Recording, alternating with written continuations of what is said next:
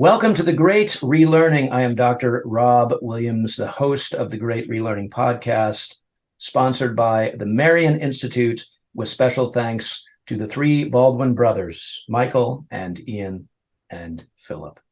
Welcome. And our special guest today, all the way from Switzerland, is Jeremy Narby, who is the author of The Cosmic Serpent, DNA and the Origins of Knowledge. First published en français in 1995, and then en anglais in 1998. Am I getting that right, Jeremy? It sounds right to me. Welcome. Bienvenue. Thank you. It's a pleasure, Rob. It's really, really good to have you here. Let's jump right in. For those who may not be familiar with your work, Jeremy, and your journey, let's start with that twofold path, if we might. Begin with telling us a bit about your work, and then we'll talk about what brought you into the Amazon. Sure. I was interested in understanding why the world was the way it was. Why are there rich people? Why are there poor people? That kind of question. In the 1970s, I was a teenager. My father suggested I study history because I didn't know precisely what to study. So I did what my father suggested. And as I studied history, I realized that it wasn't what I was really looking for, even though it was interesting. I mean, the whole world is interesting. And a friend pointed me to anthropology, saying, if you want to understand differences of race, gender, and economic and class, you study anthropology. You can understand why there are these differences between people. And so I applied to Stanford. I got into Stanford. I started studying anthropology at Stanford. And yes, it was exactly what I was looking for. It was like I was passionately interested in how you can take a human society and study it and look at it and look at how it works. And, you know, this was already like, so in 1981, my professors were feminists, they were Marxists, intellectuals, they were critical of capitalism and critical of the patriarchy and so forth, lots of big concepts. And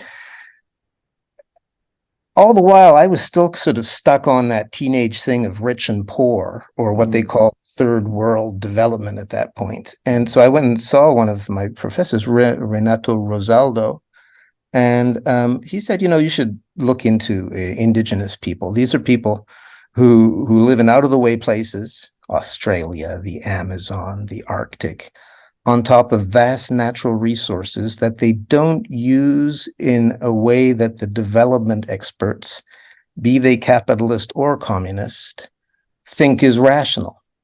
The development experts. The development experts around the world say, yes, indigenous people are obstacles to progress. And if you want to understand inequalities of like north, south, first world, third world, call it what you want. You go to a place where there's that kind of project or happening, and go see what's going on in a place like the Amazon. So you have international development money, the World Bank, the Peruvian state or the Brazilian states plowing hundreds of millions of dollars. In those days, that was a lot of money, into cutting down the forest, taking territories away from indigenous people who were said to be either not there or not human, and then giving it to individuals with a market mentality for them to cut down the trees and put cattle pastures. And that was what development was thought to be by the development experts in the early 1980s. So, I mean, you know, there was clearly something that was amiss there. I mean, first of all, indigenous people exist. They had, even at that time, they had internationally recognized rights that weren't respected. And cutting down rainforests and putting cattle pastures on them is sort of bankrupt, even just ecologically. You have to cut down more forest every 2 or 3 years, and you just leave behind sterile pastures. So there was something. It's not that it was like the Achilles heel, but yes, it was really the point of view of indigenous Amazonian people about the Amazonian rainforest and how to use it, and the point of view of the development experts, that's all the agronomists, the foresters, the economists, the people at the World Bank, and people in Washington, people in Geneva, people with authority, people in universities who weren't anthropologists, had a completely different view. And by going to a place where there was one of these things going on, I could, a development project, plowing right into the territory of the Ashaninka people, in the middle of nowhere, in the middle of the Peruvian Amazon. Go there, do anthropology, go and spend and that means you live 2 years with people, you ask them a lot of questions, and then you come back and you try to make sense of it. Wow. And you say their name Ashaninka. Ashaninka. So the three framing questions, Jeremy, of the Great Relearning are these. Humans, who are we? Where have we been, we humans? And where might we be going?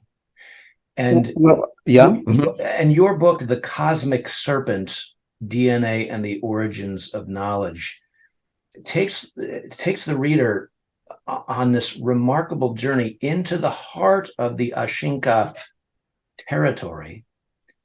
And can you talk about what you discovered, there when you were, correct me if I'm wrong, you were 25 years old when you parachuted into the Amazon? I was about to turn 25. But actually, I could continue with what I was telling you, and it would also start to answer your question. Please, yes. It's that, so who are we humans?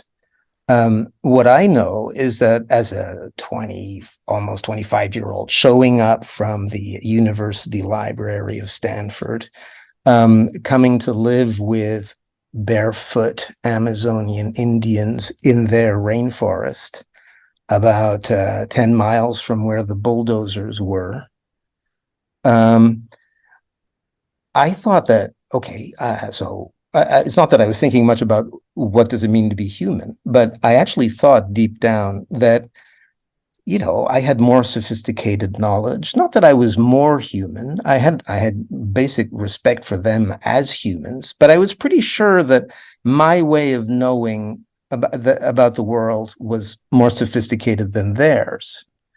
So what does it mean to be, to think about that question? Because the anthropological encounter, when you're an arrogant young white man and you stroll into the forest thinking that you have superior knowledge about things, you know about chemistry, you know about molecules, you know about the science, and these people are just Indians living in the rainforest. They don't even have shoes, and they paint their faces. And then they start saying things like, these plants and animals, they're people like us. They have personalities. They're intelligent. We communicate with them when we take hallucinogens. I'm saying, right. Okay. So I'm thinking what many anthropologists before me had thought. Well, these are animists. They're kind of superstitious. They still believe these sort of childish things that are irrational, and that actually, because they don't know better, they haven't had access to science. They're not bad people or anything, but they believe these kind of strange things. So what does it mean to be human? I found that, first of all, I had to come down from the pedestal of my own culture. And I think that as Westerners, we have considerable pedestal issues in terms of our whole cultures, our vocabularies. We thought we were so much better than other people. So I got like a crash course in humanity, one could say, because you come down after a few months living with these people, you realize that, first of all, you know nothing about how to live in the rainforest. And if they weren't there, you wouldn't have a chance. You see these people, they have huge knowledge about the plants and the animals and the ecosystem around them. And it's an incredibly diverse, rich, and dangerous ecosystem. I mean, these are really sharp people. And yes, they talk about plants as if they were people. But then, what do I know about plants? And, how can I be so sure that there's not a sort of a being inside the plant? I mean, I know that that's what I learned at high school, and that they told me that anybody who believed differently was cuckoo, and that it was like a cultural taboo to think that plants had mind back then. And, as I was saying, when I first got there, I didn't think plants had minds, and I didn't think either that you could take ayahuasca, which is a powerful hallucinogenic plant mixture, and in your visions learn about plant properties and real verifiable things, which is what they said. I mean, I was looking into what they knew about the rainforest. Not only did they know a lot, and this plant does this and that other plant does that, but when I check it out and see that it was true and ask them how they knew what they knew, they'd say, well, we have our shamans, ayahuasqueros, tabaqueros. They take their ayahuasca, their concentrated tobacco paste, and in their visions, they see the invisible beings that animate all living beings, that mean that we have kinship all together, and that these entities are intelligent. They're sources of knowledge. Nature speaks to people in their visions and in their dreams. I just have to read the first couple of sentences of your book, if you'll indulge me, because Sure. as a reader and writer myself, chapter 1 of your book, Forest Television. This is you. The first time an Ashaninka man told me that he had learned the medicinal properties of plants by drinking a hallucinogenic brew, I thought he was joking. We were in the forest, squatting next to a bush, whose leaves he claimed could cure the bite of a deadly snake. One learns these things by drinking ayahuasca, he said. But he was not smiling. I was like, I did not put the book down. I did not put the book down. Mm-hmm. It was such a remarkable journey. So you're kind. You're kind, but I just add to that. Yeah, I think that there's like this important thing where you can unlearn some of your own prejudices, get to a sort of a level where you understand how there are other cultures, other points, other languages, other ways of looking at it, and then you situate yourself, and then you can get to sort of a broader level. The anthropological encounter where you think you're going to study people, and then you realize that they're also studying you. That yes. You, in their eyes, you seem actually probably a lot stranger than they do to your eyes. And so when you try to understand things, because you see, so they say he wasn't smiling. They say these things, and you realize that that's what they really think, and you realize that you don't believe it. But then you immediately, and this is where the mirror comes in, the other sends you this image of yourself, which is so you can't go on considering that statement without thinking, well, how am I so sure that can't be true? Well, then you have to start unpacking everything that your culture told you about that. And actually what my culture told me, that was impossible. The definition of psychosis is to think that there's verifiable information in your hallucinations. I mean, if you believe that, then you are nuts. Yeah. So according to the Western mindset, let's say, to simplify, anybody who claims hallucinations actually impart wisdom is considered a lunatic. Well, for a very long time, and probably in most cases up until today, I think that's true. But then you do have people like Aldous Huxley, for example, even though he actually didn't hallucinate in the doors of perception, but he opened the door as a philosopher a few inches and said, with mescaline, which is actually not the huge hallucinogen, but anyway, let's just say that one can have enhanced understanding of aesthetics and spiritual matters. That's what Huxley said. And then he had his critics. I don't think that most what could you call it? I'm not, because there's been a lot of change in the last 20 years with neuroscience, and so but still, I think that somebody who goes around saying, yes, I have visions, and in my visions, I saw this, that, and the other, and this should be considered valid knowledge.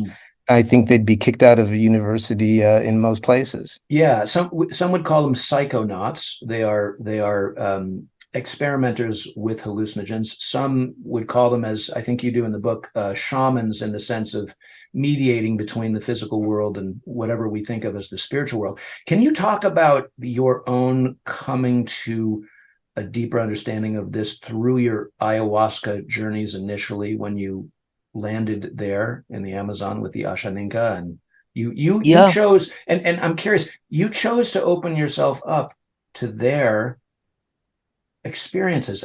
Can you talk about how and why you made that decision? Well, yeah, for sure. So the method of anthropology that they teach you is called participant observation, and it means that you go, you live with people, you participate, and you observe. And it's been pointed out that it's kind of a schizophrenic method because, at the same time that you're pretending to play the game, you're also like commenting on it. So, it's as if you played a sport and you're on the field playing, and at the same time you're commenting the game, so it's a little bit, I actually did that quite a bit with my kids, but that's another matter. I actually liked being the player, commentator, referee, the whole caboodle. But anyway, so there you are at Stanford. You read Levi-Strauss on participant observation, or Malinowski, or whoever, and yes, and so this is the method. So you read it in books.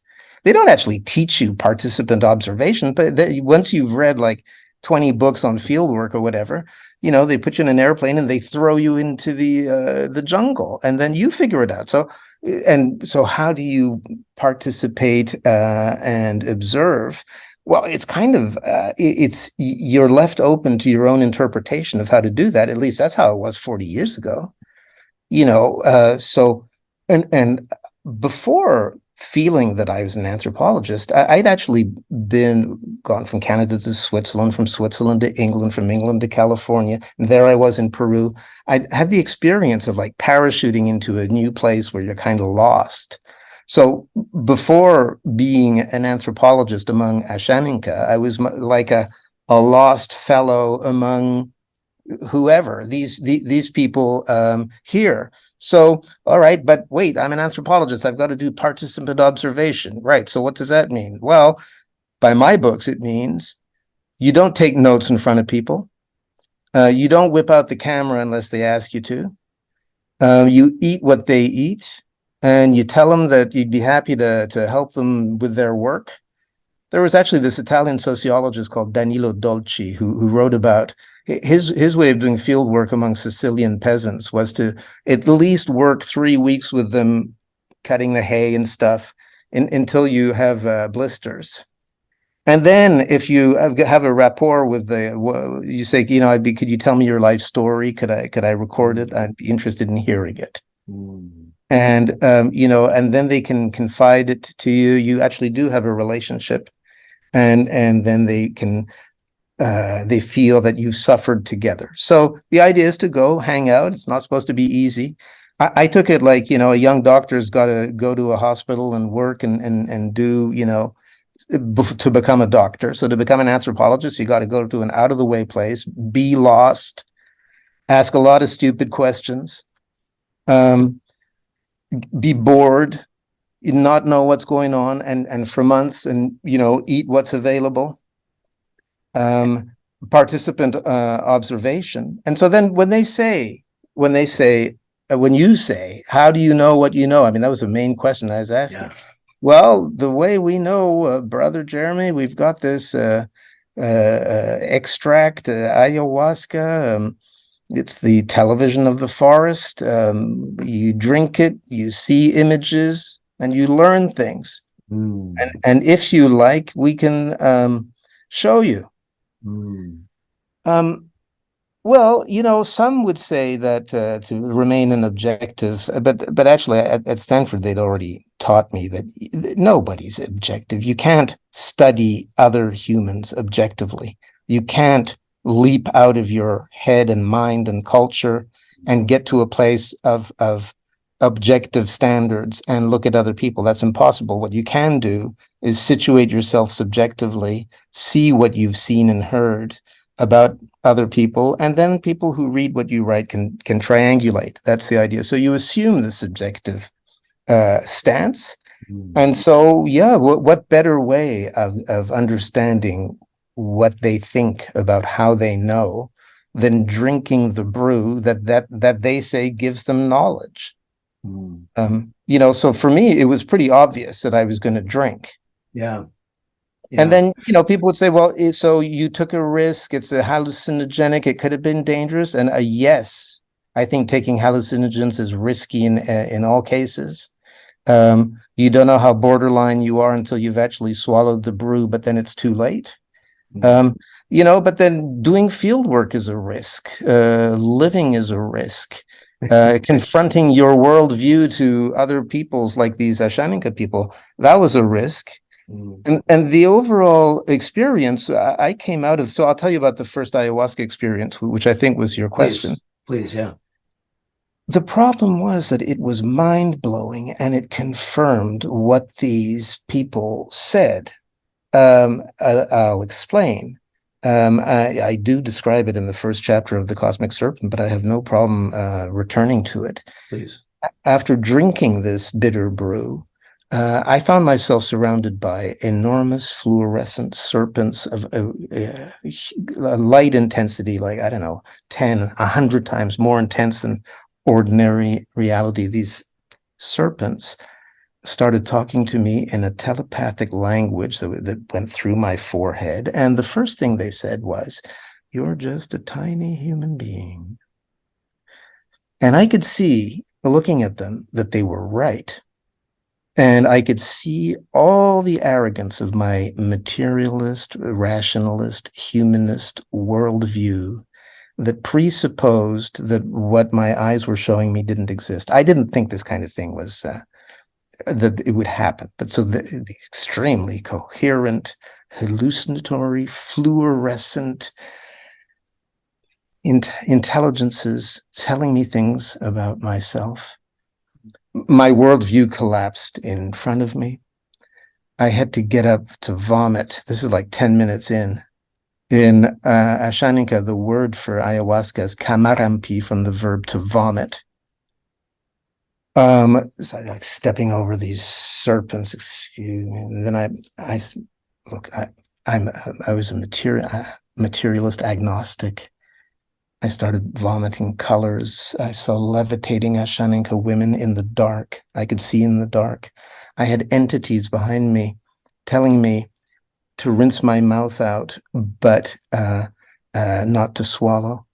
The stuff that I'd actually vomited was light. It was like fluorescent red light, fluorescent green light.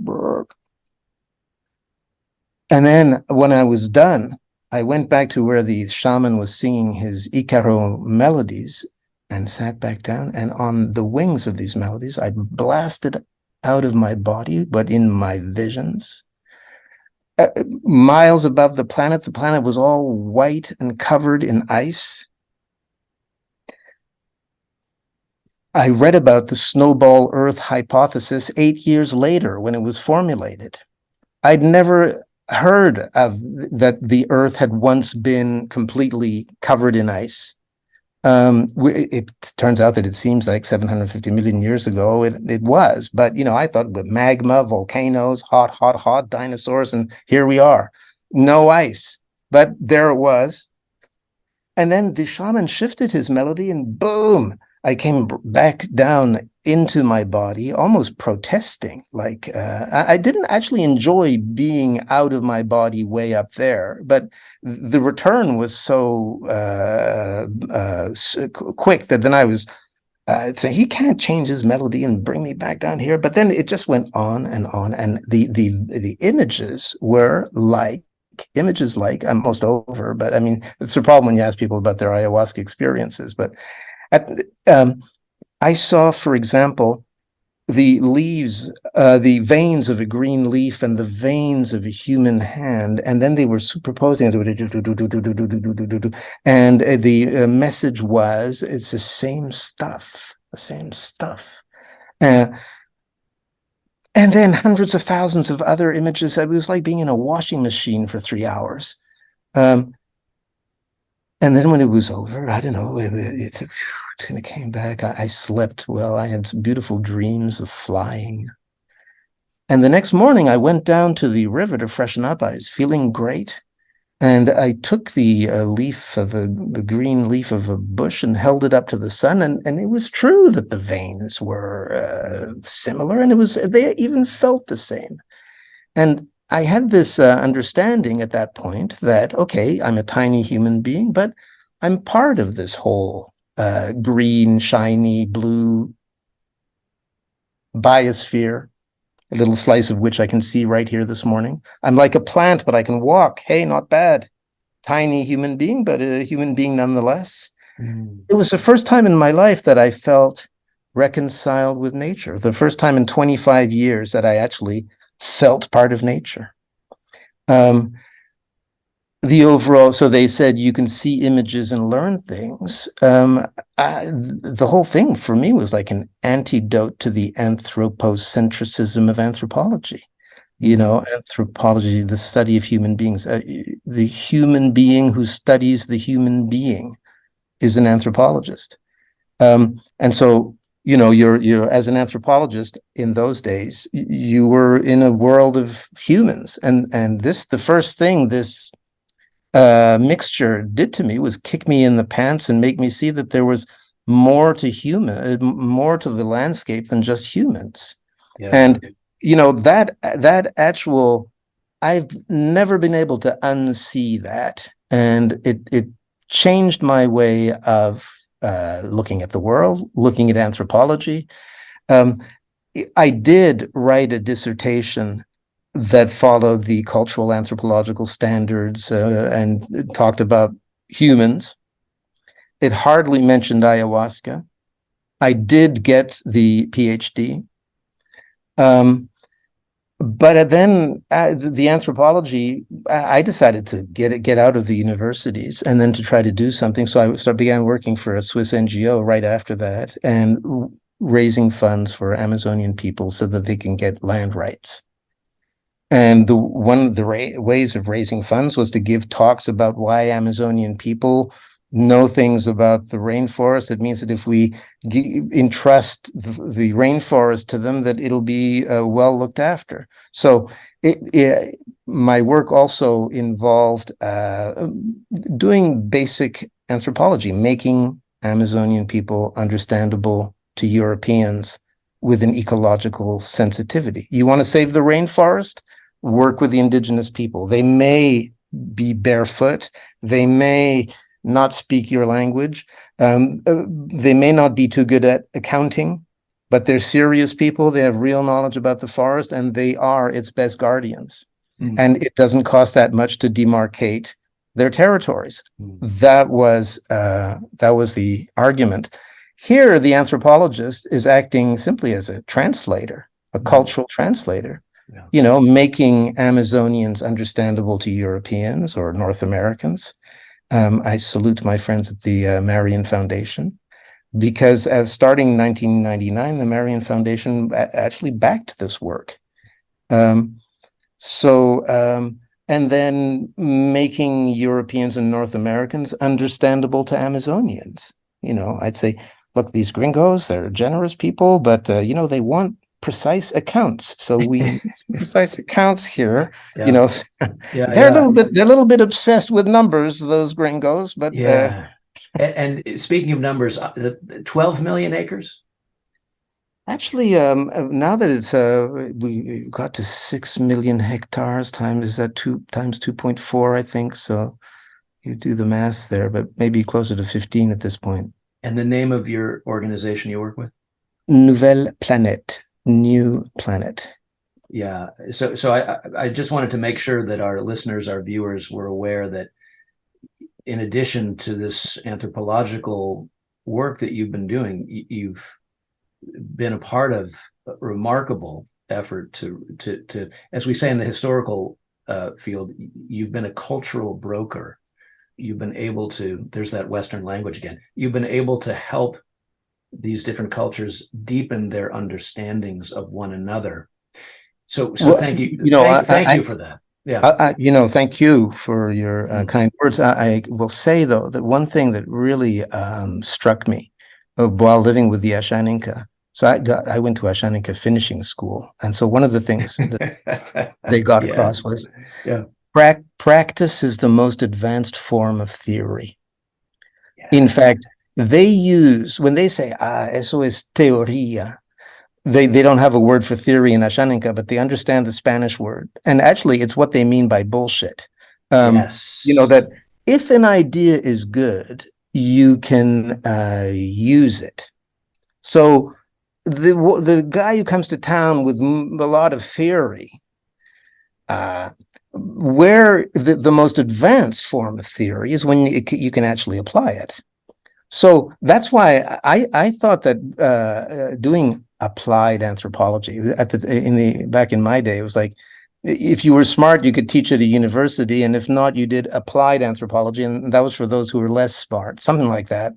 I chose to go for the applied and never look back, but because I actually thought it was more advanced. I thought that I'd get a better understanding of Amazonian people and reality by working with them instead of studying them.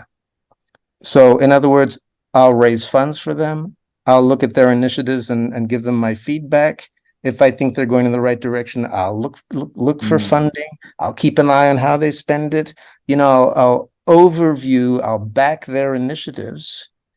I was almost like taking my orders from them. They did say after 4 years of me raising funds to demarcate territories, like in 1993, they said the people running the indigenous organizations in the Peruvian Amazon, they said, what we need now is after the recognition of our territories is the recognition of our systems of knowledge. And we want to set up bilingual intercultural education programs for our children so that they can learn in our language and in our system of knowledge, as well as in science and in Spanish. Because right now they're getting a monocultural Spanish education that's turning them into idiots. In 1993, I said, look, I've been doing pretty well raising funds for the demarcation of indigenous territories and land rights. That was already pretty esoteric at that point. It seemed like this was going to be a tall order to get people here interested in giving money to the bilingual intercultural education of indigenous Amazonians. But after 2 years, I actually did find a foundation, and we did, 25 years backing of this program. Thanks to that, I'm pleased to say. But yeah, it was the indigenous people who said, we need land rights. We need bilingual intercultural education. They don't need fish. They don't need lessons in how to grow trees or go hunting. They need that their territories be recognized and not invaded, and they need their kids to have knowledge. So yeah, I took my orders from them, collaborated with them, and occasionally wrote books on the way where I tried to, talking to the non-Amazonian world, communicate how I think they see things. Not because I've been studying them like an anthropologist for the last 30 years, but more like I listen to indigenous people, I interview them, I read what other anthropologists have written, but first and foremost, I would position myself as somebody who has been working with them. And I really make a difference between like collaborating with and studying. I was just thinking that you move from an anthropologist who is an observer to a collaborative participant, and that's what's so striking, I think, about your work and your writing. I'm going to hold up the book cover and ask you to tell our listeners and viewers what is going on here. We have, I assume it's the Cosmic Serpent on the left, and what looks to be the DNA helix on the right. Can you talk a little bit about your hypothesizing, your theorizing, which Yep.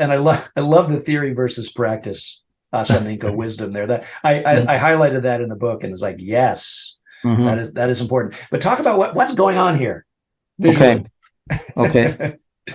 Well, after it was in after doing 4 years of intensive fundraising, suddenly a bug got into me, like a bell rings, and it was, there is a subject. It's a precise subject. It's in 1992, there'd been the Earth Summit. Everybody was talking about the knowledge of Yes. indigenous people, especially Amazonian people, about plants, about biodiversity, about sustainable development. Yes. They signed treaties recognizing this. Suddenly, it was like these were things Right. you never heard in the 1980s.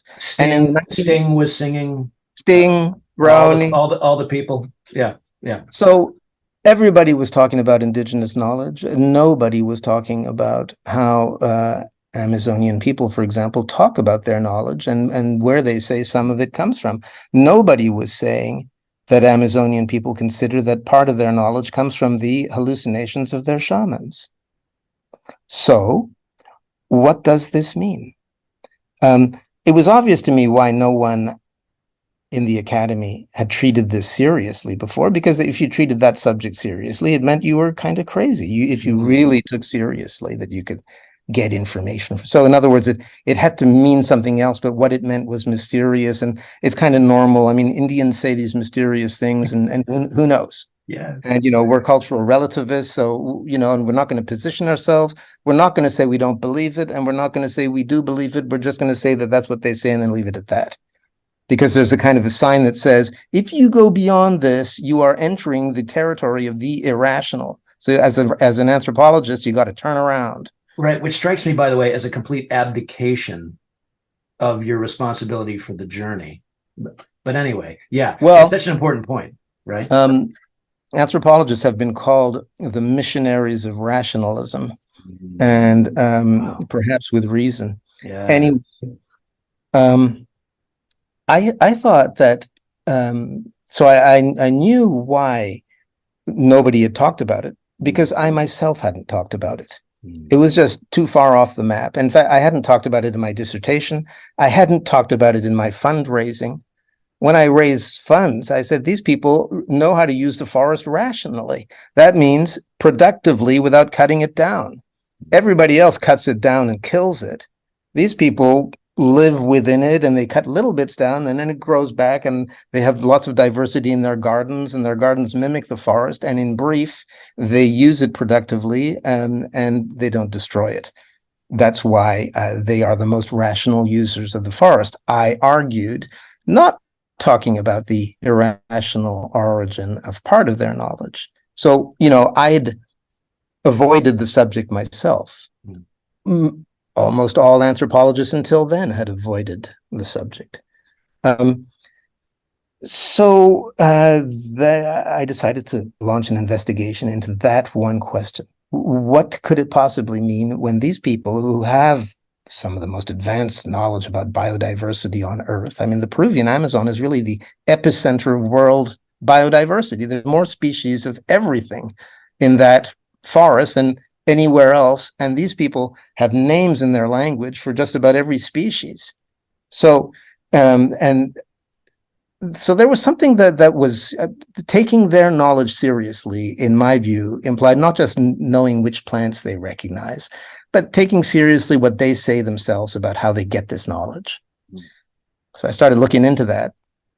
I read all the literature, and all the anthropologists who'd been like me to places like in the Peruvian Amazon with indigenous people said the same thing. They all say, even though there's like 56 different indigenous cultures in the Peruvian Amazon alone, not even talking about Brazil or anywhere else, they say we have these plants, ayahuasca, tobacco, we have these specialists, they take these plants, and in their visions, they see these invisible entities that are common to all life forms, that mean that we are all one big family.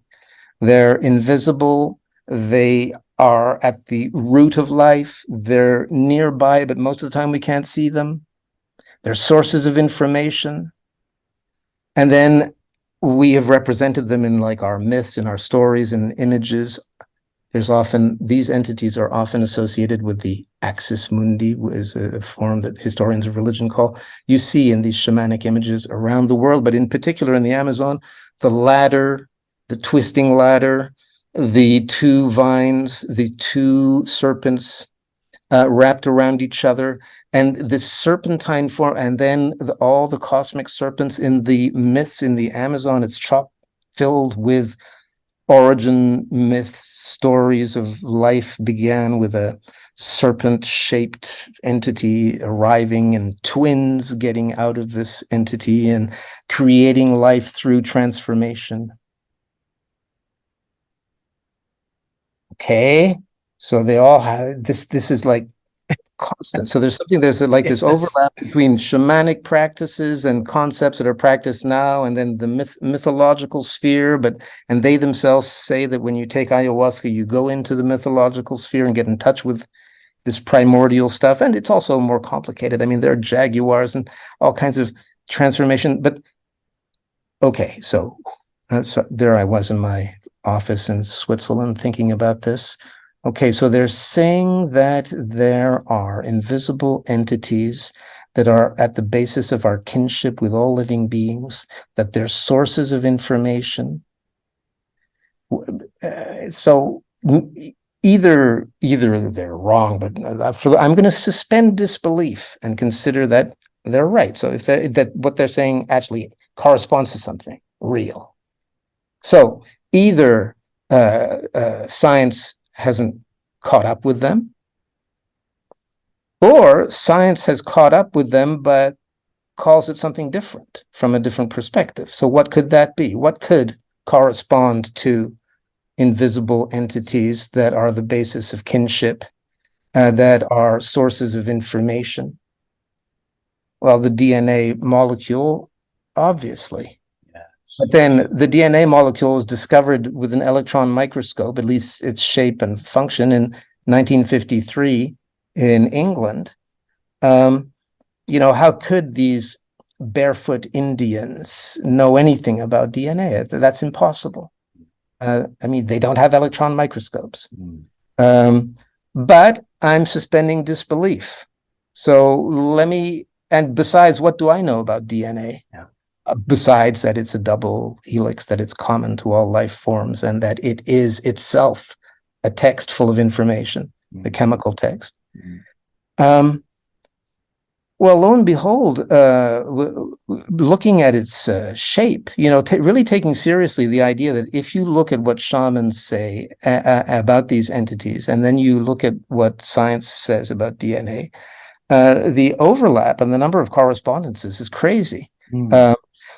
So that, yes, this double serpent shape, this twisted ladder shape, allows the molecule to be an information storage and duplication device. Its shape explains its function. It's not just, that's its shape and it means nothing. No, its shape is actually central to its functionality.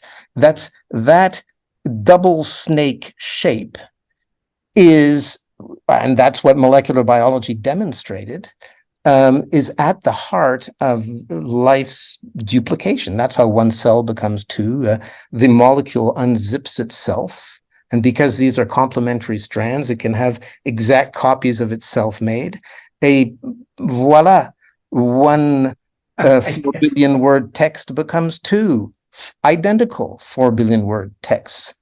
That's just talking about a human cell. And that if you look at what indigenous people say, and then so you have this shape, the serpent shape is even in Western pharmacies and the Caduceus, and you find the intuition that serpent, life, health go together. Well, some will say, oh yes, because serpents have venom. But and so therefore the pharmacy, the venom. But actually, many of the mythological snakes, like anacondas, pythons, boas, they don't have venom. So it's not the venomous snakes that are object of, adoration, or no. It is that there is this human intuition that snake form is essential to life. That's how it's been talked about for thousands of years. And now molecular biologists with their DNA they found the physical manifestation of this.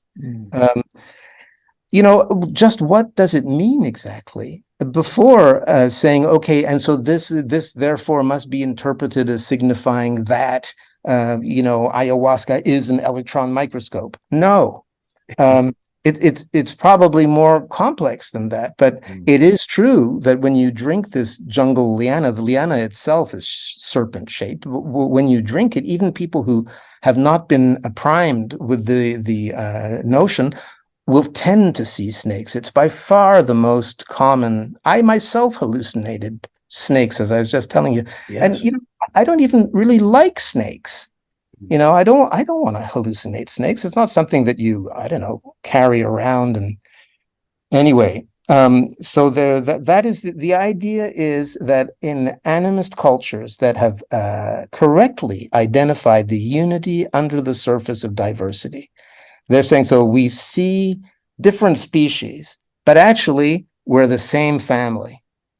Even though we don't look alike, that there's people like me inside that plant. There's someone home.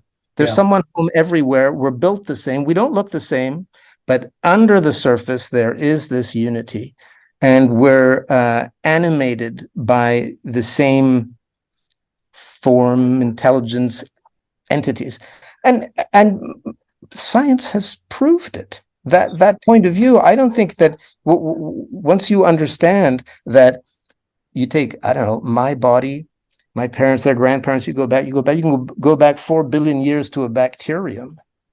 That all of life on Earth, and concretely, the DNA molecules in my cells are copies of DNA molecules that go all the way. Of course, they've evolved, but when the bacterium moves on and becomes a pluricellular, and then you finally get animals, and then the animals evolve, and then you get humans, and then finally you get us in 2023 sitting here.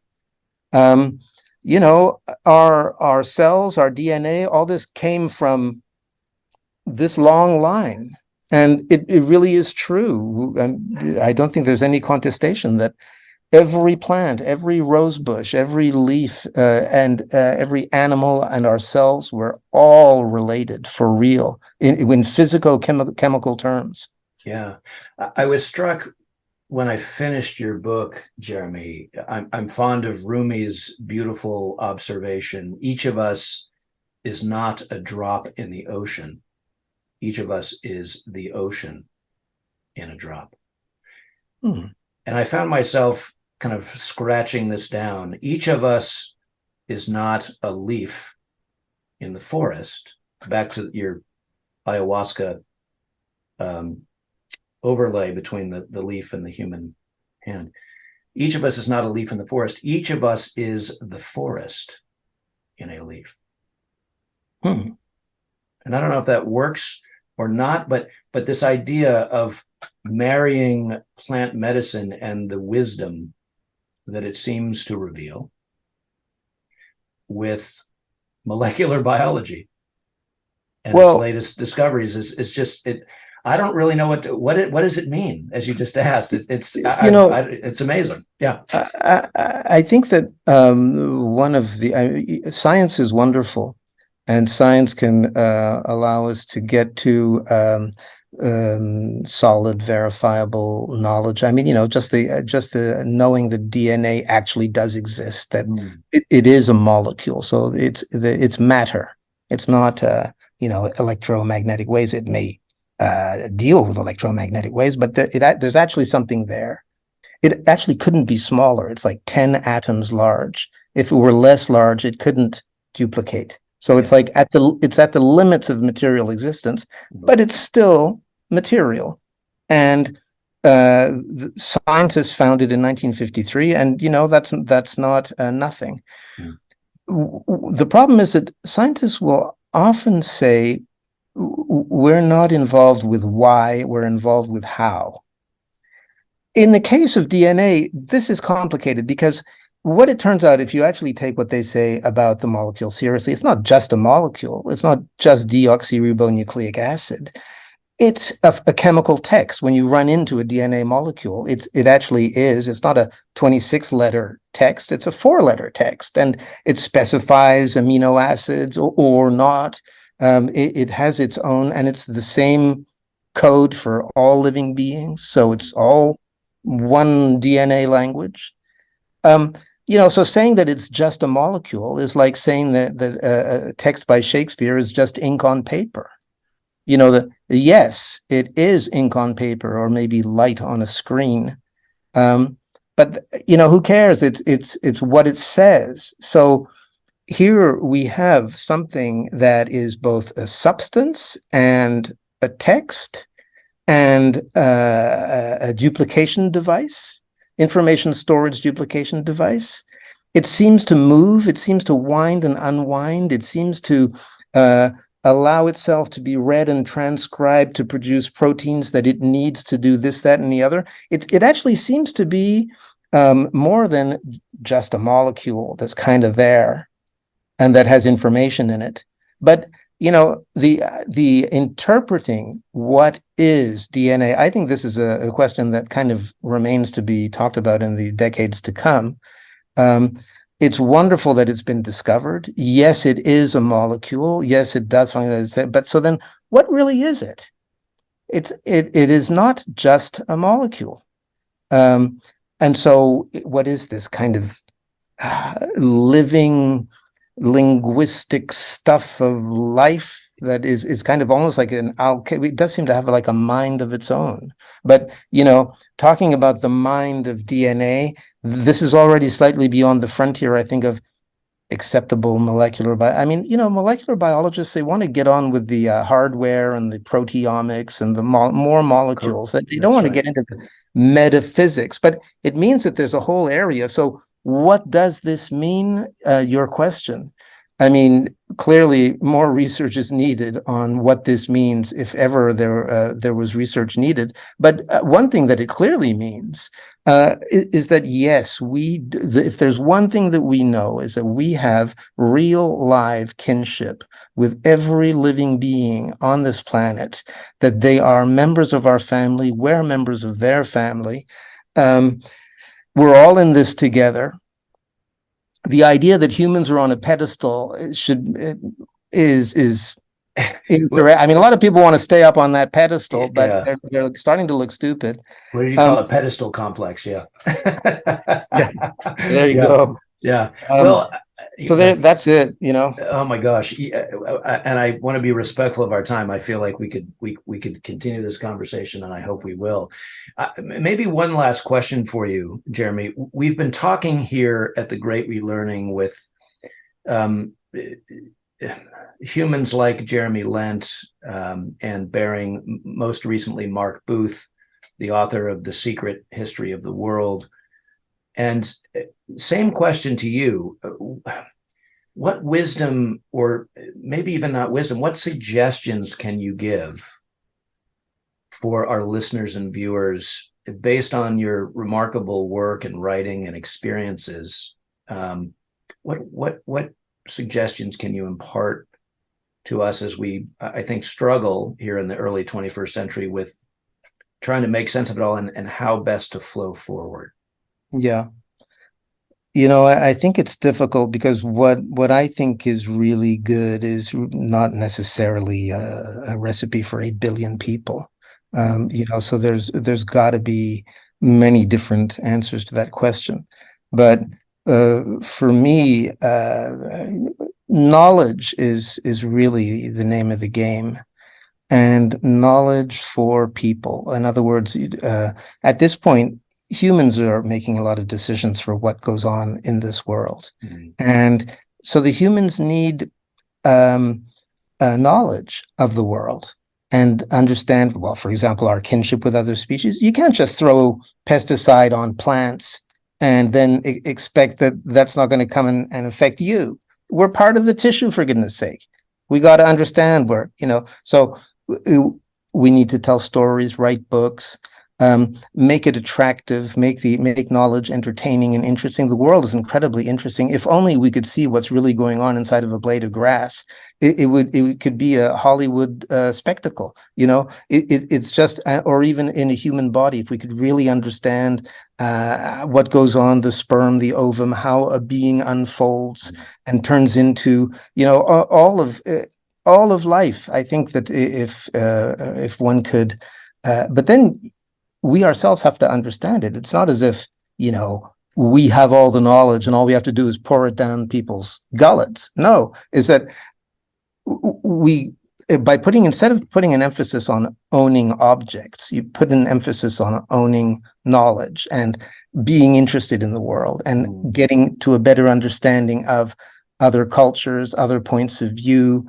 other species, plants, animals, and even if it's just a dog, even if it's just a pine tree, cultivating an interest of really trying to understand, that pine tree, why does it smell like that? What's inside that? Getting a richer understanding of the things around us, where our food comes from, what is medicine for us. I mean, whatever, what happens when you fall in love in your heart? What are the hormones that rush into your brain when you fall in love? I don't know, there's just so many experiences that we find interesting: eating, sex, swimming, and getting a deeper, I think that, somebody's already said this, but knowledge deepens pleasure. Yes. So the more you know, the more knowledge you have, and pass it on. Knowing about the world is where it's at. And if we move forward and there's less and less people knowing anything, it's not going to end well. So it's really about knowing and figuring out how to get people interested in the complexity of the world around us. Wow, beautifully said. Well, Jeremy Narby, this has been such a remarkable conversation. Maybe we can end with the very last sentence in your book, if that's all right. Very good. You write, to conclude, The Cosmic Serpent, DNA and the Origins of Knowledge. You write this: all things considered, wisdom requires not only the investigation of many things, but contemplation of the mystery. I almost, I won't say. What a beautiful way to end the book. Because finally, the more you know, the more you realize that there's still more stuff to know, and that's okay. That actually, I will not even understand 1% of the cosmos when I die. It's impossible, or 0.1%, but that's okay. So you get 80 years on the planet. You do your most to sort of figure out who we are, what we're doing here, and then adios, and you pass it on. Yes. If our listeners, viewers want to support you and your work, Jeremy, where do we go? I think the Marian Foundation is a great place to. Your viewers are sort of linked in. Marian has done a lot of good things, and I'm sure will continue to do. So just go for it. Sounds great. Well, Jeremy Narby, thank you so much for taking the time, sharing your wisdom with us. I hope that you and I may meet face to face. Yes, that would be a pleasure, Rob. Thank you for your good questions. Yes, indeed. And we'll talk again soon. All right, with pleasure. Thank you. Ciao. Ciao. Woo. Welcome to The Great Relearning. We are back with the three Baldwin brothers, Ian and Michael and Philip, to debrief Jeremy Narby's The Cosmic Serpent, DNA and the Origins of Knowledge. Gentlemen, welcome. It's always good to have you in the Great Relearning Room. Good. So please, Philip. Well, first of all, I thought Jeremy's talk was brilliant, was fabulously grounded, and I found it emotionally quite moving at times. But there was one little phrase that seemed to stick out for me and captured everything, and he referred to the unity flowing under the surface of diversity. And I thought it was a very beautiful phrase in reference to the intelligence and manner of learning that indigenous people have through ayahuasca as an agent. And that's just a beautiful way to start and captures so much of what Jeremy is about, I think. Philip, could you just repeat that phrase again? I want to make sure I got it. I agree. Yeah, I agree. The unity which flows under the surface of diversity. Thank you. So when you take ayahuasca, apparently, it's not something I've actually done, you go under all of the chaos and diverse realities of everyday life, and you flow into something else. And that something else, of course, is the unity that is found in DNA, and it is found in life and the interconnectedness of everything on this planet, from an amoeba to my clunky old brain. He used the example of the ayahuasquero who said, look at your hand, Yeah. look at the leaf. And then he, Same. later on, I don't think he did it right away, but he might have, doesn't matter.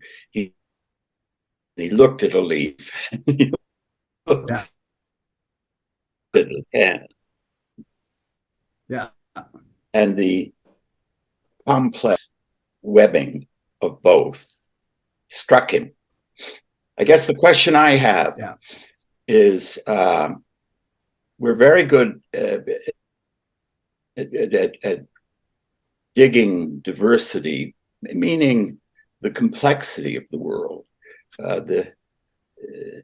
digging down and say, oh, it was much more complicated than you thought. But the idea that a unity sets it up and pervades it is essentially, in my view, a spiritual idea, and the one that we've lost. And anyway, I don't want to get too far ahead of us here, but it did strike me, and yeah, I think it's worth holding in mind. Definitely, and I think that kind of flows through the whole talk with Jeremy. What you just said, it's a kind of underlying river in the conversation, and you know, he brings to his subject a sort of I would almost say compassionate understanding about another way of learning without discrediting our way of learning. He doesn't trash science. He does point out that science comes to the knowledge thousands and thousands of years after perhaps the Aboriginals did. So there's this issue of, well, the cart and the horse, and what can we accept as true and what can we accept as theory? And there's all of that conversation, which applies to a great, great deal of pretty much everything we look at in this series of interviews we're doing. But I felt that Jeremy spoke with enormous equanimity, and he was just sanguine in the way he addressed his subject and the way he talked about applied anthropology, essentially. Right. Participatory anthropology, and very vivid, very clear, very logical. Yes, and the way in which he took sort of the traditional way of studying an indigenous community or culture, and deciding for once or finally to really get stuck in. In other words, to work with them, to eat with them, to ingest their food, and then, of course, to take the final step and use the source of so much information that they have. You know, for me, he's one of the most genuine people I've ever come across. I agree. He has a quality that's quite rare. I'm not sure I can verbalize it. It's not just humility, but it's a very special quality. Yeah. And of course, you know, we all, the thing that struck me too, because I've just been sort of recently reading how we've lost almost 25% of the Amazon. And we are getting very close to, which you probably all know, the tipping point, whereby if you destroy too much more, you have no outcome except a total destruction of the Amazon, because the trees, you have to retain a certain amount of vegetation to interact with the ocean to give you the kind of rainfall that supports such a huge area. And of course, these savages, these indigenous peoples, they know so beautifully how to live so incredibly intelligently, sustainably, knowledgeably within that biome. But God, they're savages, they're idiots, they have no idea that, of course, we have to take down the Amazon. And even though it can only sustain growing for one season, we'll just keep moving on and doing more. Anyway. It's called the lungs of the planet. So it's not a local disaster. It's a planetary disaster. Right. Yeah. I was reminded, talking with Jeremy, of another beautiful book more recently, which you're all familiar with, which is Robin Wall Kimmerer's book, Braiding Sweetgrass. And the subtitle of that book goes something like Indigenous Wisdom, comma, Scientific Knowledge, comma, and the Teachings of Plants. Mm-hmm. And as I was talking with Jeremy, I was reminded of, I think he calls for what Dr. Kimmerer calls for, which is to run in parallel indigenous wisdom with scientific knowledge in a both and sort of relationship rather than an either or relationship. And the way that Narby relays his experiences as a young anthropologist in the Amazon, kind of pivoting from, Western ways of knowing to the television of the forest, as he calls it. I love that. The plant medicine in chapter 1. You're like, what is going on? It's really remarkable. Really remarkable. Yeah. The use of the word knowledge, of course, he ends with you discussing knowledge. He says something like, knowledge is the game we're in. It's what it's all about. And of course, stepping back, I think I know what he was saying. To me, as a Westerner, trained in my generation and all the way I've been, we have all been, knowledge is still, when you use that word, I don't think spiritually, I think factually and scientifically. Yeah. And that's included, I think, in what Jeremy means by knowledge. He talks about we need knowledge of the world and its complexity. And the complexity is so fantastic that there is no way, in my opinion, I don't know whether it's his opinion, but I have a feeling it would be, that we're going to model it, manipulate it, and control it. It's more a knowledge that gives us this space to be in it in a way that's wise, for lack of a better word. I think that's exactly what he means, Ian. What you just said was very well put at the end. I think, to me, that's exactly what he meant. Knowledge in order to be wise within it. And isn't it also to accept, I mean, it seemed to me at the end, with doing the DNA and the extraordinary knowledge that they've had for thousands of years about the double helix and stuff, isn't it also to reside in the sort of the mystery of the extraordinary perfection? Bingo. That mystery is the spirituality. Yeah. That's our challenge, the four of us and all our fellows, on, as Rob likes to call it, Team Human. To have that mystery come back in. Yeah. Yeah. That's it, Ian. Inviting back in the mystery. Yeah. And I'm coping with it because I'm living in the effing world of the moment, as we all are. And I used to have tremendous experiences of the mystery, especially as a much younger man. I have them less.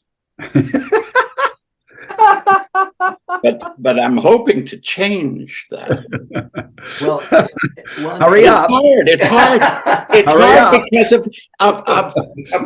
the. I'm reaching for my iPhone. There's 20 paces behind me because that's so much.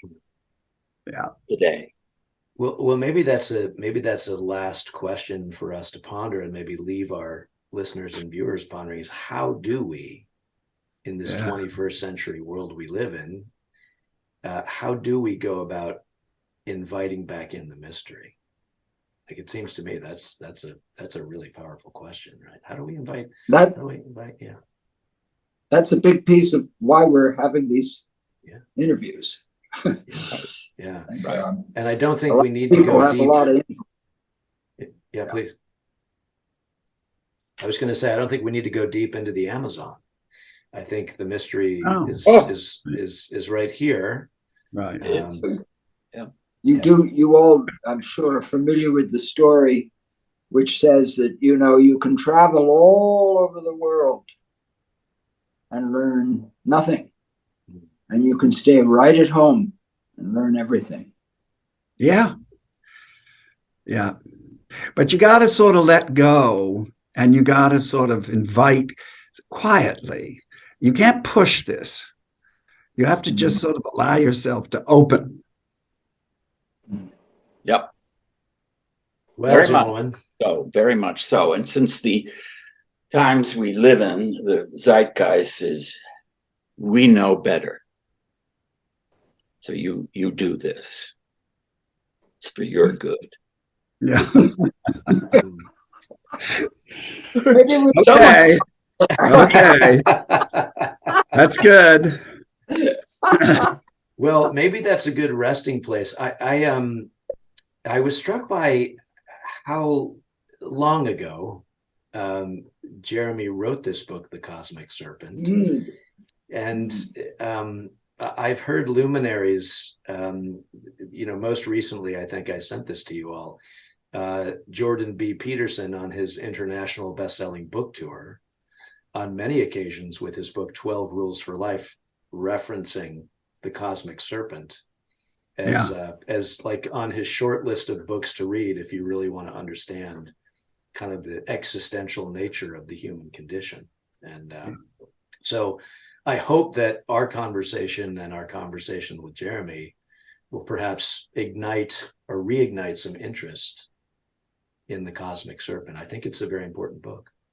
We should mention that he has written other books. The Intelligence of Nature is one. And I don't know what the others are, Michael. Well, he's done one on hallucinogens. Oh, really? Does he include tobacco in that? Yes. Mm-hmm. Yeah. So check out the Jeremy Narby canon. Yeah. Very good. All right. Well, thanks, gentlemen. Okay. Until next time, you've been listening to and watching The Great Relearning. We are in the Great Relearning Room. Special thanks to Ian and Michael and Philip Baldwin, and we will see you next time.